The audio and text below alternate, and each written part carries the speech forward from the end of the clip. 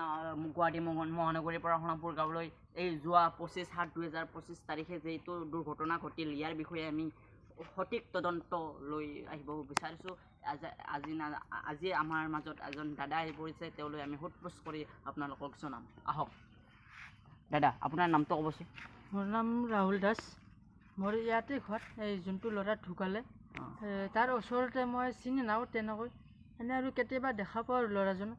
এতিয়া হ'ল এক্সিডেণ্টটো হ'ল গড়চুকত, কিন্তু যোনখিনি জেগাত হৈছে সেইখিনি বহুত ডেঞ্জাৰ হৈছে জেগাটো।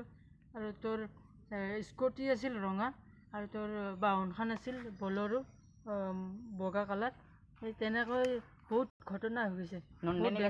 নন্দিনী কাশ্যপে এনেকুৱা সঠিক শাস্তি পাব লাগেনে আপোনাৰ মতে?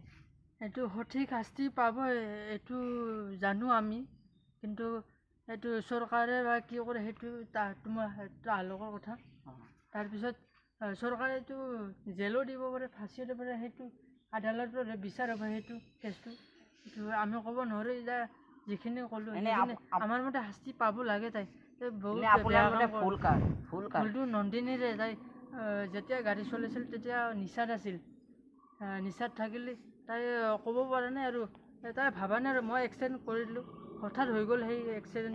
এক্সিডেণ্টটো মানুহৰ হয়, এইটো মানৱ সম্পদৰ এটা এক্সিডেণ্টটো হয়, কিন্তু এক্সিডেণ্ট কৰি পলাই যাব নালাগে। এইটো কথা সত্য নে সত্য আপুনি ক'ব। এই এক্সিডেণ্টটো নন্দিনী কৰাৰ পিছত, নন্দিনী যেতিয়া গাড়ীত আছিল এক্সিডেণ্ট হোৱাৰ পিছত, তেতিয়া নন্দিনী গাড়ীতে থাকিল, নাহিল আৰু বাহিৰত। যেতিয়া মেডিকেলত ভৰ্তি কৰিল, তেতিয়া নন্দিনী মেডিকেলত যোৱা নাই। নন্দিনীৰ ফেমিলি যোৱা নাই। একবাৰতো যাব লাগিছিল। দেউতাকে গৈছে, কেইজনমান যুৱকে হেনো তেওঁক খেদিছে। এইটো কিমান সত্য নে এইটো কথা? এইটো কথা সত্য। যেতিয়া নন্দিনীৰ মাক আৰু দেউতাক গৈছিলে, তেতিয়া কৈছিল নালাগে তোমালোকে যোৱা। আমি যেতিয়া এক্সিডেণ্ট হৈছিল তেতিয়া কম পৰিমাণে ধন দিছিল, হয়নে? ধন দিছিলে, কিন্তু সেইটো নলালে। কম পৰিমাণে দিয়াৰ কাৰণে সেইটো দিছিল, কিন্তু সেইটো আৰু নলালে। তেতিয়া তাহোন দুখ পাইছে, আৰু ল'ৰাটো আমাৰ এনেকৈ হৈ গ'ল, এক্সিডেণ্ট হৈ গ'ল। তো আমি বহুত দুখী। এতিয়া আমাৰ যুৱক এতিয়া পঢ়ি আছে বৰ্তমান, এতিয়া বাহিৰা ইনকামো কৰি আছে। এনে ভাল ল'ৰাটো বেয়া নহয়। আপোনাৰ লগত পৰৱৰ্তী কালত আৰু আপোনাৰ লগত সোধ-পোছ কৰিম। এতিয়ালৈ আমি আপোনাৰ লগত বিদায় মাগিছোঁ।